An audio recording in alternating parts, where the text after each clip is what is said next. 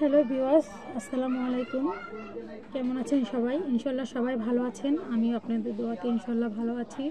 তো বন্ধুরা, আজকে আমি আপনাদের সাথে যে ভিডিওটি শেয়ার করব তা হচ্ছে কীভাবে কামিজে কলার অ্যাটাচ করতে হয়।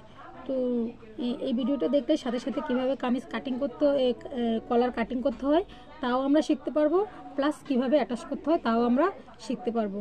তো বন্ধুরা, আমি ভিডিও শুরু করার আগে আমি আপনাদের একটু কথা বলে নিচ্ছি।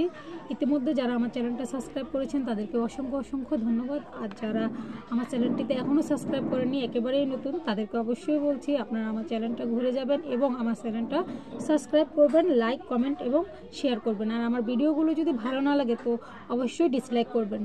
তো বন্ধুরা আসুন, তার জন্য আমি একটা বক্রম নিয়েছি। আমার এই বক্রমের লম্বাটা দেখাচ্ছি, আপনারা আপনাদের মতো লম্বা নিয়ে নেবেন। সাধারণত 13 ইঞ্চির লম্বা, 13 ইঞ্চির চেয়ে বেশি লম্বা হয় না বক্রম। তো এটা এখানে 13 ইঞ্চি লম্বা আছে, আমি 13 ইঞ্চি ফুলটাই নিয়ে নিচ্ছি। আর আমি চড়াতে নিব 1.5 ইঞ্চি পরিমাণ। তো আমি 1.5 ইঞ্চি করে এভাবে দাগ কেটে নিচ্ছি।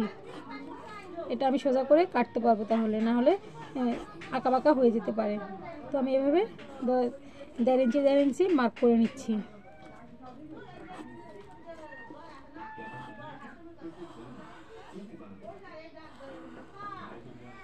এখন আমরা এটা এভাবে কেটে নিব।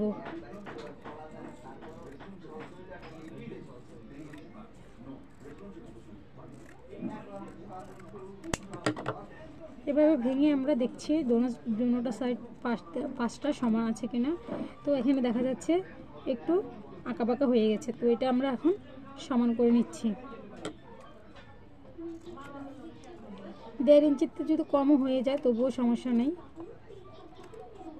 1.5 ইঞ্চির থেকে একটু কম হলেও সমস্যা নেই।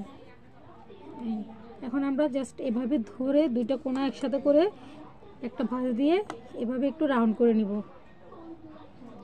হালকা করে এভাবে একটু ঘুরিয়ে নিব। এই যে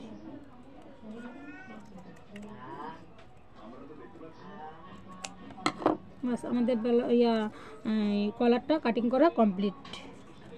এই সাইডটা যাতে খুব সুন্দর হয় সেদিকে অবশ্যই খেয়াল রাখতে হবে, নয়তোবা যখন আমরা এটা সেলাই করব তখন এই শেপটা যেরকম সেলাইটাও সেম সেরকম হবে। তাই আমাদের এটা খেয়াল রাখতে হবে যাতে এটা আমাদের ক্লিয়ার হয়।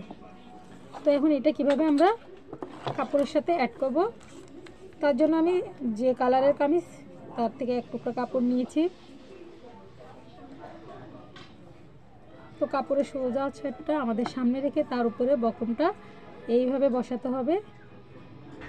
এইভাবে বসিয়ে এইভাবে ভেঙে একটা সেলাই করে দিতে হবে। আমি সেলাই করে দিচ্ছি।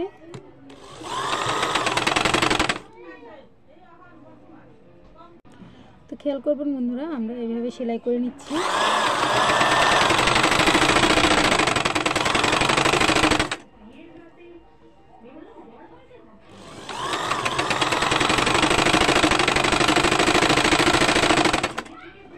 আমাদের যেহেতু এতটা কাপড় লাগছে না, তাই আমরা কাপড়টা কাট করে দিচ্ছি।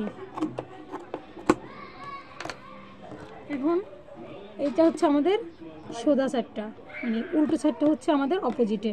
তো আমরা এই বক্রমটা আমাদের অবশ্যই উল্টো সাইডে থাকবে, তাই আমরা এভাবে উল্টো দিক থেকেই আমাদের সেলাইটা করতে হবে।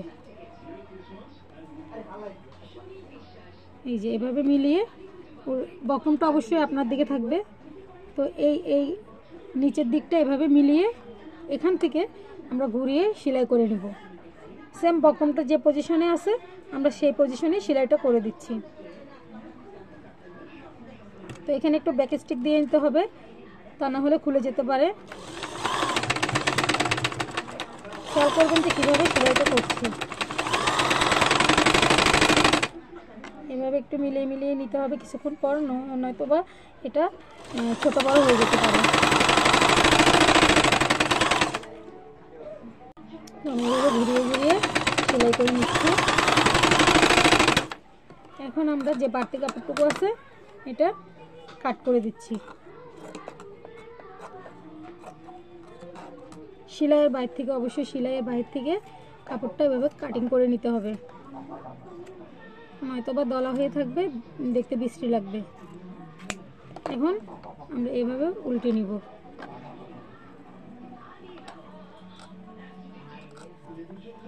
এভাবে উল্টে নিলেই আমাদের বক্রম তৈরি।